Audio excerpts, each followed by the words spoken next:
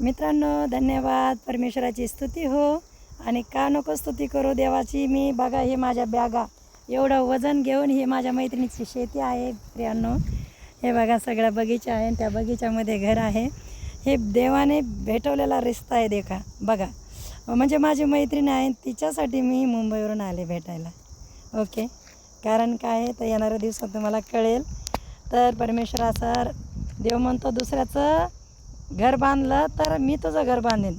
आपण दुसऱ्याच्या सुखासाठी काही करतो ना प्रियांनो, तर आपल्या हृदयातला आणि आपल्या जीवनातला आनंद कोणी हिरावून घेऊ शकत नाही. आणि ज्या कामासाठी परमेश्वर आपल्याला उभं करतो ना, त्या कामाला अडवण्याची शक्ती मनुष्यामध्ये नाही.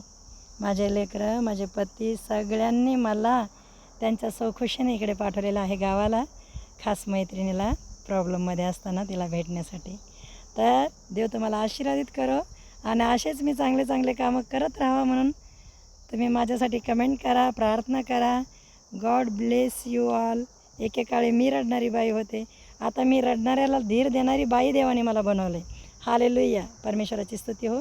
God bless you all.